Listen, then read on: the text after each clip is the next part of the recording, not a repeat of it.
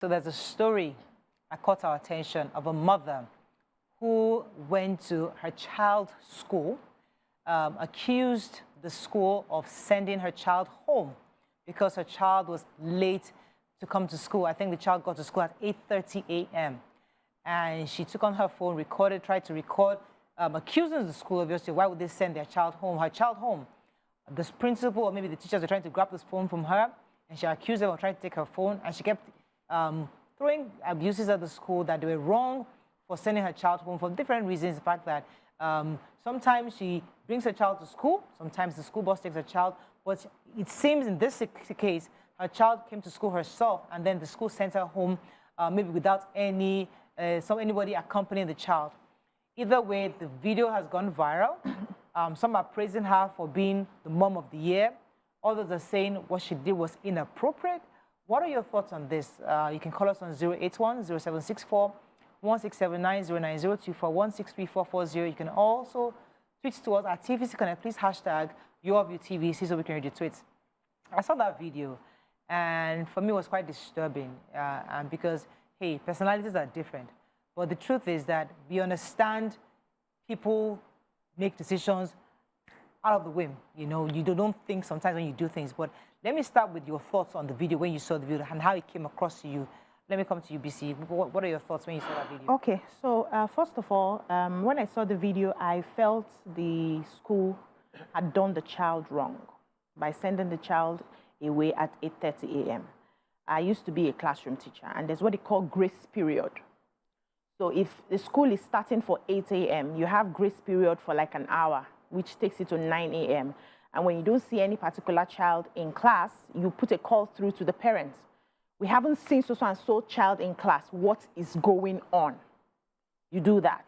Now, if a child comes in, because we are starting for 8, if a child comes in by 8:30, 8:45, 8:50, that's the grace period. The child is allowed into school and allowed into class. Whether the child has come alone, or students, in this case, come alone or brought by a parent. Because we also understand that our school buses sometimes run late. We have a lot of children in the school bus. Sometimes they get to school 9 o'clock. Sometimes we are calling. The bus will be saying we are still on the way or there's traffic. And they get to school late. Who chases them back because they've missed 8:30 or missed 8 o'clock? Nobody does that. The idea is to educate these children. Anything could have happened to make them come late. It is not your duty to send them back home. That's not why they are there. They could also come from homes where they are the ones taking care of themselves. They are not able to do things on time. Anything could happen.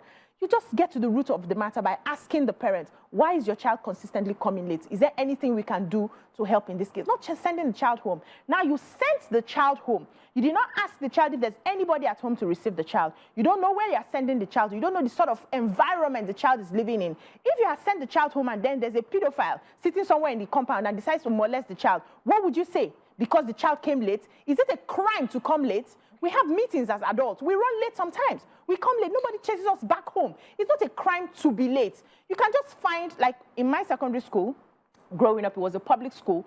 When you come late, you are not sent back home. They give you something to do. You do a chore in school, a punishment, before you're now admitted in class. And so because we don't want to do that punishment, we do as much as possible to, come to school early. Why sending a child home and you're not sure what's happening in the environment? Why didn't you call the parents? What sort of talk is that one? We'll talk about the woman later. So my thoughts, the goal of what's the goal of a school? To educate a child, right? So if you send a child back home, that means you've not achieved the goal. That's one. Secondly, like what BC said, buses run late, parents can be in traffic, your car can break down, anything can happen that can make a child late for school. Maybe that child might have started throwing up or be running a temperature that morning. Maybe the parents decided to stop by at the pharmacy or the hospital before the child gets to school. It's 8:30. They should, like she said, there should be a grace period. Why throw the child out of school? Give the child something to do, a chore, and then if it's something that's consistent, then you can now inform the parents that you want to see the parents in school and find out why the child is consistently late to school. You don't just send the child back alone. You don't know if her parents have gone to work. You don't know if, anything can happen between the time, if not even at home, between the time she leaves the school and time she gets home, an accident might occur. She might be abducted. Anything can happen. Yeah. And you as a parent know that you've sent your child to school. You believe that your child is in school. They didn't even call you to inform you that they were sending your child back home. Okay. Yeah. Dr. Your thoughts on the video? You know, my thoughts on the video is there's a right way to do the right thing and a wrong way to do the right thing. So from the first face value of the video, I'm like, why record a video? Like everybody now, because we have phone and we have data, we have turned to journalists and reporters and we are documenting the moment. I do not believe that there was no cause for recording video. There is a cause for having a conversation. And you are an adult. You don't go and rant. You can be angry, controlling your emotions and express your dissatisfaction with how the school managed your child. Not you go there with a video and you are shouting and cursing and using foul language and causing pandemonium in the school because you want to show that I will make you go viral, I will call the name of your school. Calm down. Calm down. If they do something bad, you do something bad does not solve the problem. If you feel what they've done was wrong, the way you handle it is a template your children will use as well. And this is the template that has gotten us where we are. This is not the way adults handle challenging situations. You find that the school has done something wrong, you will go there, have a conversation, ask them to, the school can apologize, that this is a wrong way to handle it. That is even if the school has not let you know that 8:30 was the cutoff time. Because if the school tells you 8:30 is the cutoff time, my children primary school, the gate is locked by 8:30. Gate locked by 8:30. If you don't get your child to school by 8:30, they should not come to school. You drive them back. What about the buses? That is a primary children that go on school. the buses. Now, secondary school, they get there in time. If they get there late, they would have picked them up in time. Something happened on the road. If you are coming late, you would have called the school that I'm coming late. There was a time we had serious traffic on the way to school, and I had to call the school. I knew they would close the gate that we are coming in late because there's traffic on the way.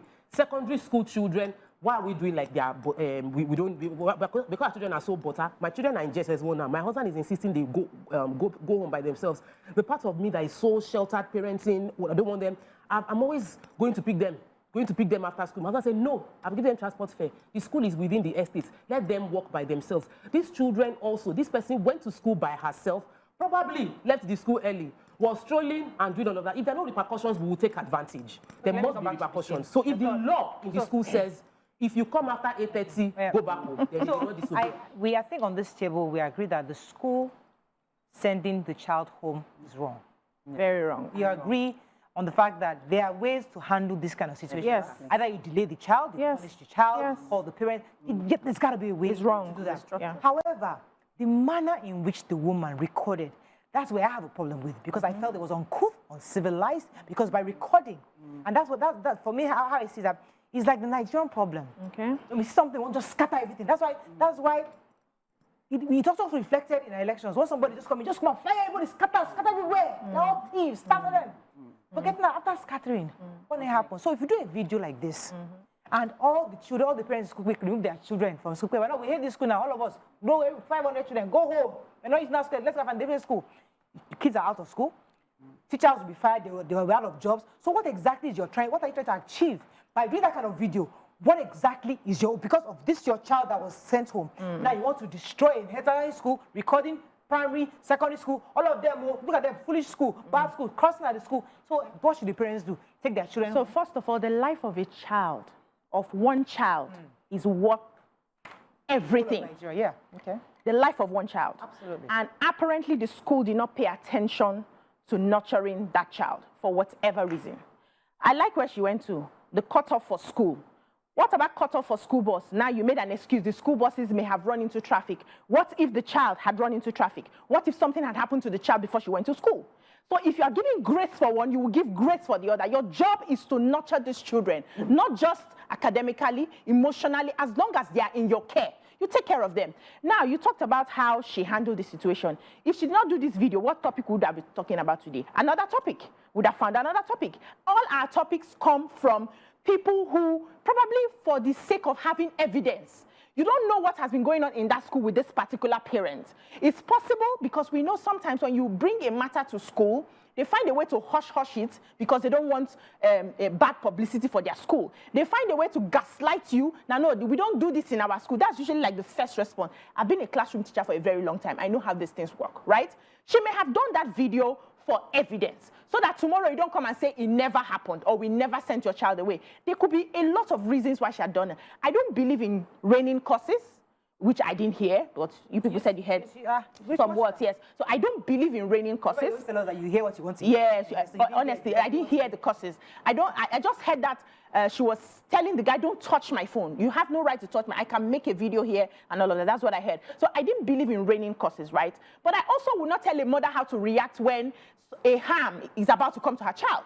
I'm not the one to sit here and tell a mother, you have to be safe. It's my child we're talking about.